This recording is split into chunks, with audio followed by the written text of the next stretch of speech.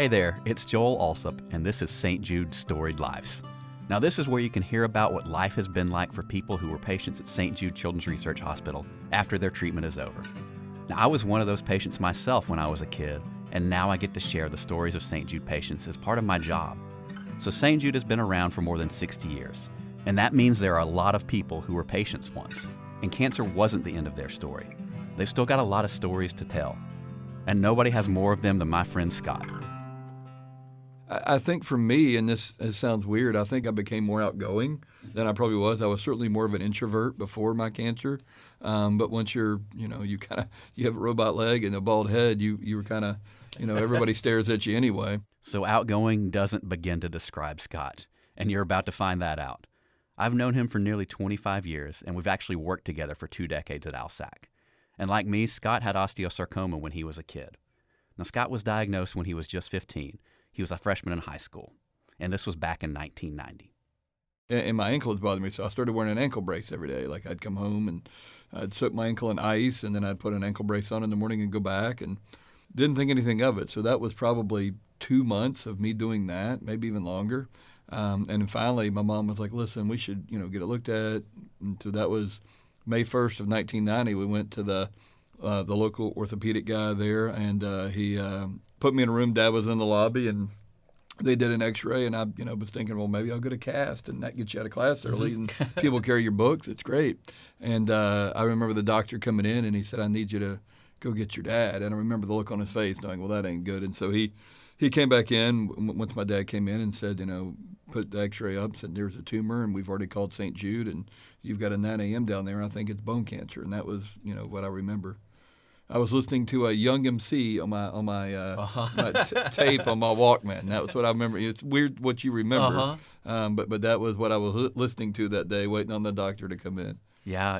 And so, being a little bit older when you hear St. Jude, and I don't know if you had any knowledge of it at that point, were you starting to suspect something big?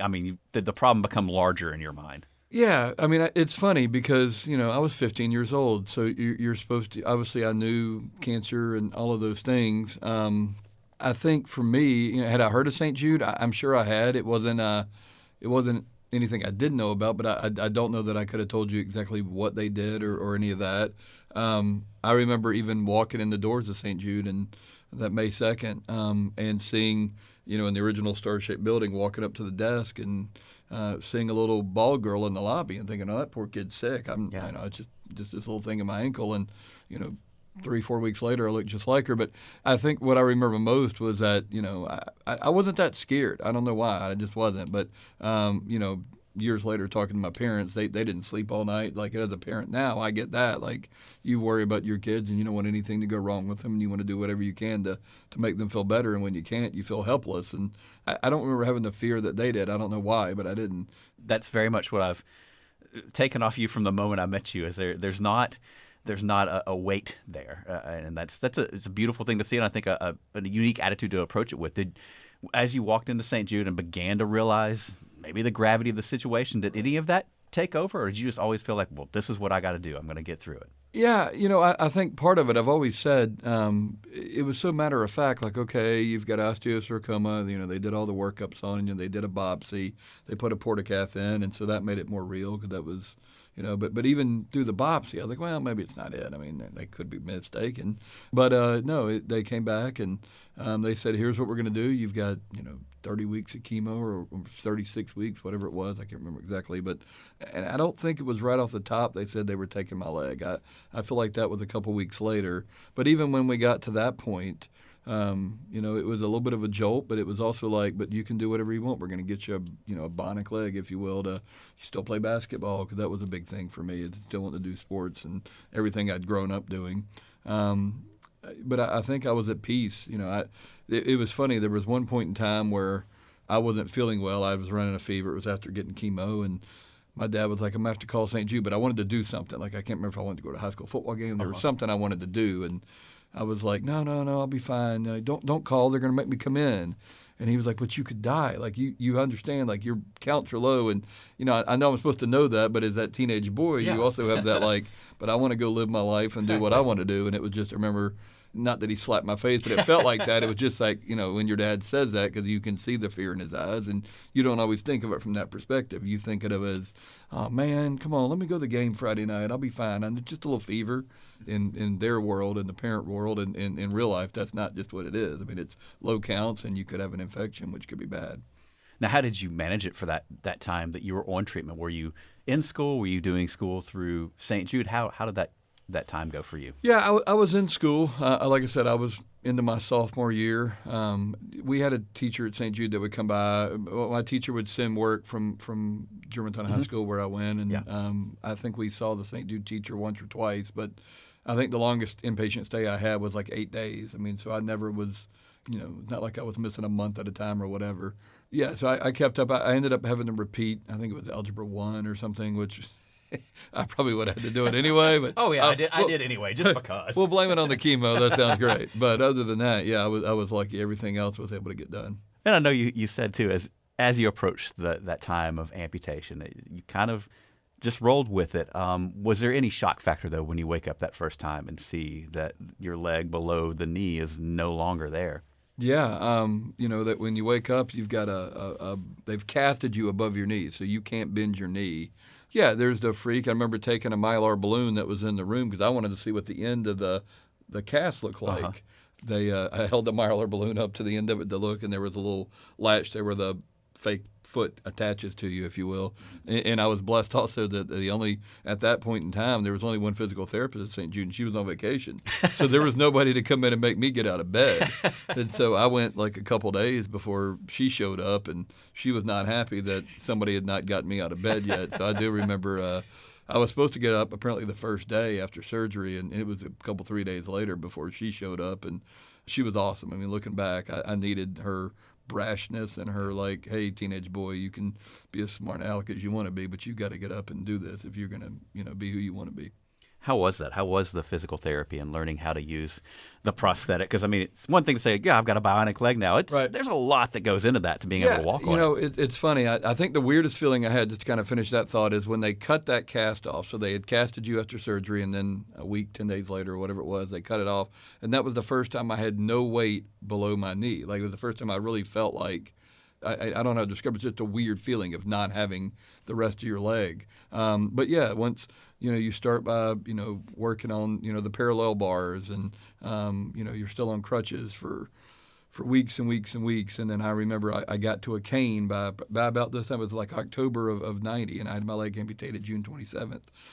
And so I remember it was before Thanksgiving one day at school. I was like, we were getting ready to go to lunch, and I was like, I don't feel like I can do this without the cane. And so I remember walking the lunch without a cane, and nobody really noticed it but me. Yeah. But I was kind of like, that's kind of badass. Like, I did it. Like, it's just you were pumped about it. And how did it feel as you're going back? Do you feel like you're, especially being as far along in school as you were, do you feel like your friends viewed you different, or were they ready to just welcome back their buddy that they'd missed for that time frame that you were gone? Yeah, you certainly are a center of attention. You're walking around with a bald head or a baseball cap on all the time. I think for me, and this sounds weird, I think I became more outgoing than I probably was. I was certainly more of an introvert before my cancer. But once you have a robot leg and a bald head, you were kind of, everybody stares at you anyway. I got voted friendliest my senior year. Hey. Well, it turns out the guy won 3 categories, and he couldn't win all 3, and so I was at the default friendliest. But you take what you can get, Joel. I think you're a pretty friendly guy.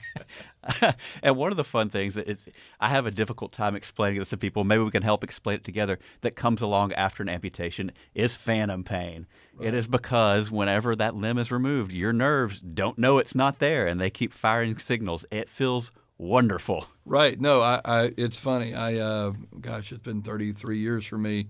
But yeah, no, right off the top, that's what I remember most. It wasn't so much pain from surgery. It was literally the phantom pains of your foot itching, burning, or just feeling like it was being snapped off.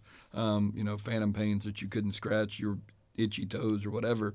And even today, I probably get 10 to 12 phantom pains a year, but it's awful when there's 2 things that happen. One, I'll get a phantom pain where it feels like somebody stabs me in my foot. I'm like, oh my God, I'm just like, you're just kind of freeze and you can't move and you're in pain. You can't tell anybody because you look weird because you're kind of stiff as a board.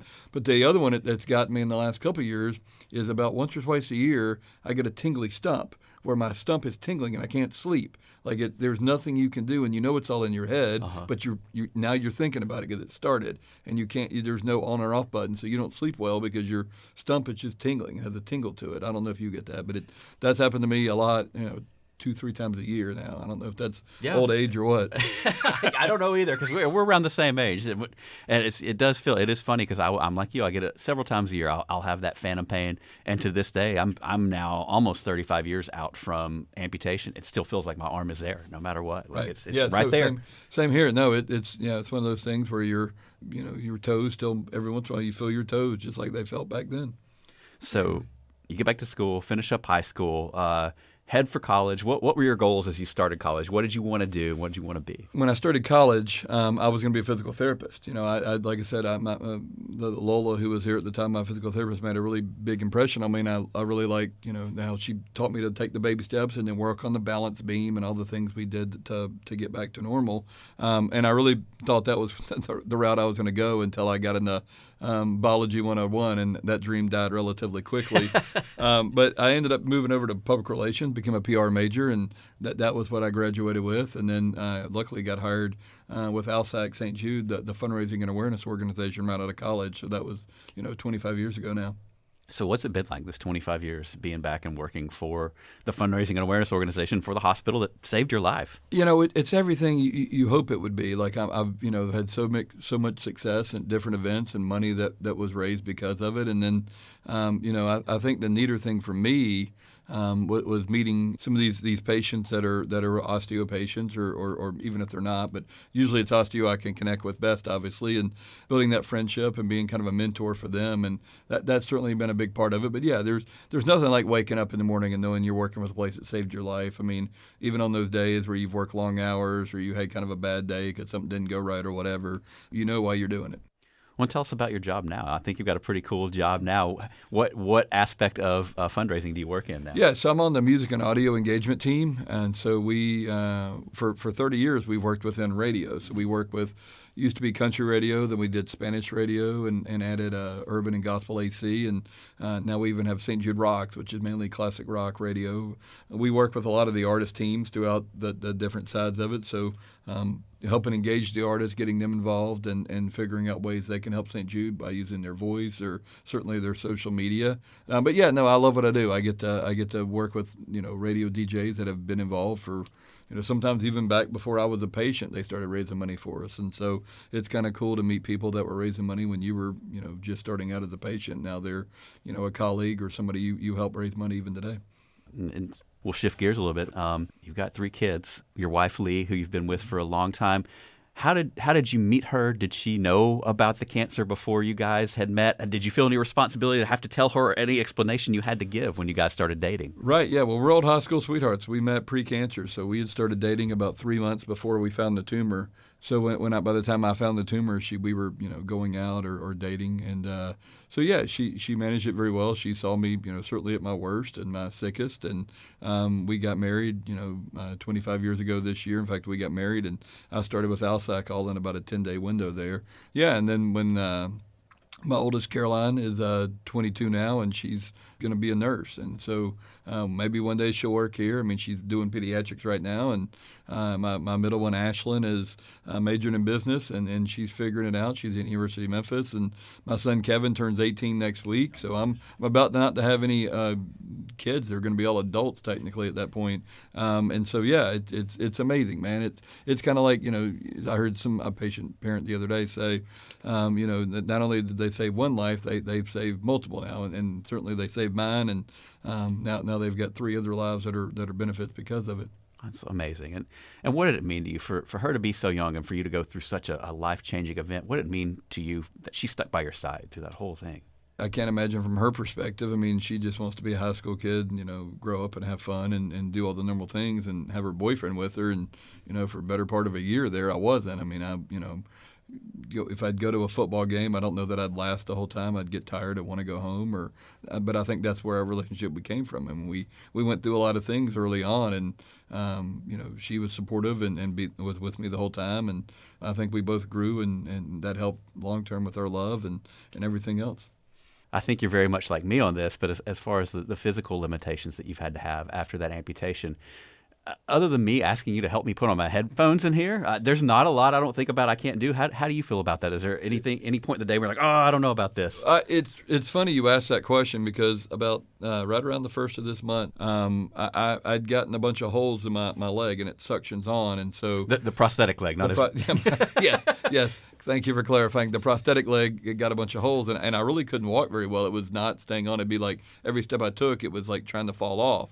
And so, long story short, I had to get leg parts, but it took a week and a half before they came in. And so there were a lot of things. I was taking elevators instead of taking stairs, or I usually go for a walk every night, and I couldn't go on a walk. Like just walking from the parking garage to my desk was quite the challenge. And so it's very rare that I have that limitation.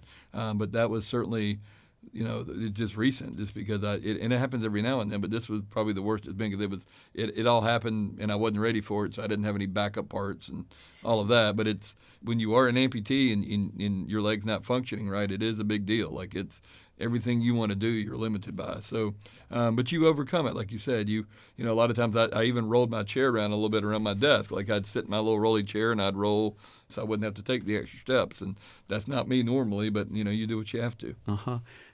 Well, in addition to the physical adaptations that St. Jude helped you with, do you feel like mentally they prepared you for coming back and living this life and having the outlook that you do now? Yeah, early on, after I'd learned to walk and I was trying to learn to play basketball again, I think I'd maybe just wrapped up or right before I wrapped up treatment, the prosthetic place that St. Jude uses, I had told the guy, and the guy that was my first prosthesis maker, he was an amputee. He had lost his in a motorcycle accident, but I had told him, I was like, hey, look, man, I'm still having trouble trying to run, and part of that was mental. Like when you're walking, it's one thing, but when you're running and you have to throw that leg out, and your brain has to know that there's going to be a foot there when it touches. I mean, it sounds weird, but like just a mental aspect of getting over how to really go into a big sprint. And so he took me out to a baseball field, and we practiced sprinting. It really was what I needed. It was somebody that had a prosthetic just like mine, and we could go out, and he just kind of helped me get over the mental side of full-on sprinting, if you will, and running, and so that it wasn't something I was worried about. It didn't come natural. It felt, it just felt weird, and now I have no problem at all with it. But back then, it was a big deal. Like it was like, all right, well, I don't trust it to be there when I go to really take off running. It really is amazing to see, because if y'all met Scott, you would, for the most part, you're not going to have any idea he has one leg. I was giving someone a tour of St. Jude several years ago. We had an ALSAC employee with us, and she'd been working here for several years. And I said something about Scott having one leg, and she's like, Scott has one leg? So she had known you for years, and it was something she didn't see. I sometimes take that as a compliment. How do you feel when people don't notice that about you? Yeah, it's funny because every time I do tell my story, I end up rolling up my pants leg and showing them, because I make the joke like I don't want you to think, because I walk normal. I'm pretty proud of myself on that. Like that's why, I'm proud of how well my prosthetics are made and how well I wear it. But yeah, no, it's funny, but I always don't lead that. If I meet a new employee, that's usually not something I tell them in the first, day or two I know them. Like, hey, by the way, I'm an old patient. Yeah, at some point it'll come up, but, and not that I wouldn't. I mean, it just, I don't want to be like the guy that leads with his patient story every time. But yeah, no, it's been plenty of times where somebody found out months or even a year later that I had a prosthetic leg who works, here at ALSAC or whatever. And they're like, I had no idea. And I'm like, oh, sorry, I didn't know you didn't know. And obviously being here, at ALSAC for 25 years, being a patient several years before that, any favorite moments or stories that you want to share with us before we wrap up here? Well, I got to be careful what stories I share openly. But no, look, I've met some amazing people. I was actually, one of my go-tos is I was at a fundraising thing with a group of ladies that fundraised for St. Jude for decades. They were a little bit older than me, or maybe quite a bit older than me. But anyway, I was at their state luncheon one time, and we were at round tables all around the room, and it was like their state banquet. And I was sitting next to a lady, and she was just telling me about this lady at the other table and how much she didn't like her. So I was like, well, man, if you didn't really like her, you ought to throw a roll at her. And before I could finish thinking there's no way she would do that, she picked it up. She beans this lady from across the room. She's like, "Hey, Beatrice, good to see you." And I'm just in shock. I'm like, oh my gosh. So yeah, there are plenty of stories where you're at fundraising events, and there was one time I caught a piece of charcoal in the head and I burned my forehead, and while I was doing that, I ended up ruining some of the eggs I was cooking for breakfast for the trail ride people that I was there to help, and the guy was yelling at me while my forehead is literally on fire. So I wasn't invited back, I don't think, for that reason, because I ruined the eggs. But yeah, no, a lot of it's life experiences, and I love what I do, and I love meeting people. I love being around people, and I'm usually here Monday through Thursday. I like being in the office. I like seeing people, and it's just me. I don't like being in a house all by myself on a Zoom call if I can help it. Well, let me speak for everyone. I say my day is always made better when I see you. You're truly an inspiration to me. I love that we can have fun together and enjoy this time together. I'm grateful to St. Jude for giving us this moment and this time together. And just last thing to wrap up with, what has St. Jude meant to you and your life? I mean, it is part of my life. There's not a part of my life that St. Jude doesn't have a factor in. I mean, even though I was 15 when I was diagnosed, and it's given me, a career. It's given me a lot of outlook of you beat cancer and you can do anything you want to do. And always, you went through some really rough times and sick days, and now, enjoy every day that you feel great. And, that's kind of what it does for me. It means hope. I remember, like I said, I never had a feeling of despair or, oh my gosh, I'm never going to make it. I was blessed that my cancer didn't spread and all the other things that can happen. I think it's just and not to sound cheesy, I think it's a thing of hope, and I'm just feeling blessed and excited about, helping the next generation of unfortunate kids that are being diagnosed with cancer and coming through.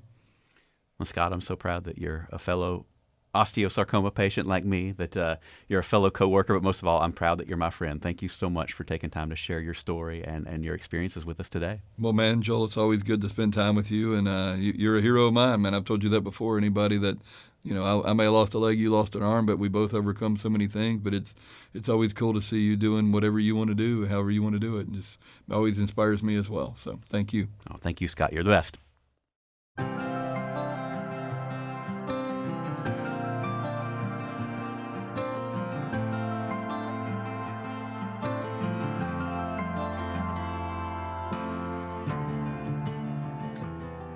So like me, Scott was a patient a long time ago, and the St. Jude campus is a lot different now than it was back then.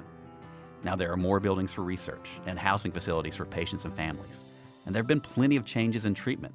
These are all good things, and that's all because of the generous support of donors. You can give to St. Jude online at stjude.org or click the link in the episode description.